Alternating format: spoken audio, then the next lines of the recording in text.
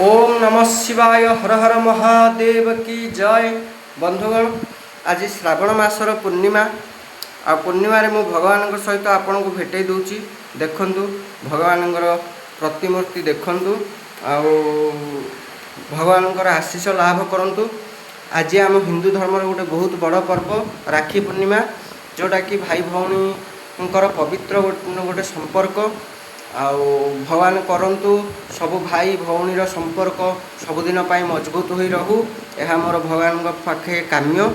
आउ देखंतु बंधुगण आग को देखा केमिति अच्छी भ्यूज, आज भ्यूज केमिति अच्छी देखंतु।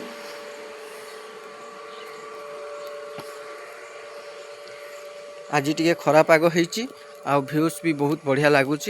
देखंतु प्रबल खरा होउची मध्य। देखंतु बंधुगण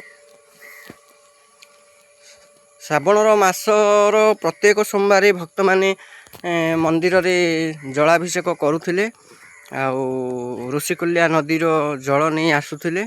आउ से माने पूर्णिमा रे मध्य पाख पाख निकट मंदिर को जाइचंती, जे जार मनस्कामना पूर्ण पाई।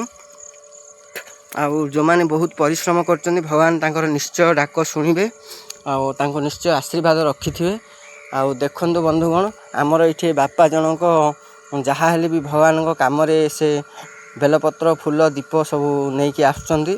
आउ मु बहुत दिन तांको अपेक्षा करी तांकर असुस्थ जो आसी पारियार नहीं। तांके बहुत पुराना लोक आ बहुत ए विषय तांकर अभिज्ञता अच्छी। आज तांकटू टिके पचारि नबा। बापा आपण को तो आपण बहुत बयसर जड़े लोक, आउ भगवान विषय रे कौन अनुभूति अच्छी टिके कहले आम भक्त मैंने टिके शुणिबे। टे कहतु बापा दीपद।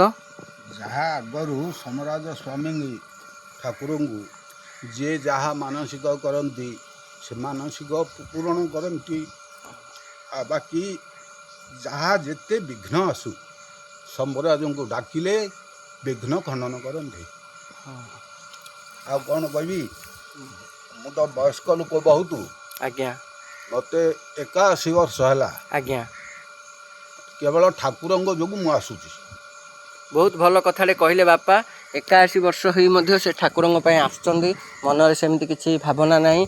देखंतु ए प्रकार परिस्थिति भी से चली पड़े आसुचंदी। भगवान का आशीर्वाद न तो आसी हेबनी। देखंतु बहुत वयस्क लोक जने। आ मु आपण मानकु माँ पार्वती प्रतिमूर्ति दर्शन कराई दूची। देखंतु बंधुगण जो भक्त मैंने आसी न पारि श्रद्धालु भक्त मैंने जो मैंने पानी ढालुले से भी आज भगवान दर्शन करें। से माध्यम मु वीडियोटी बनई। देखंतु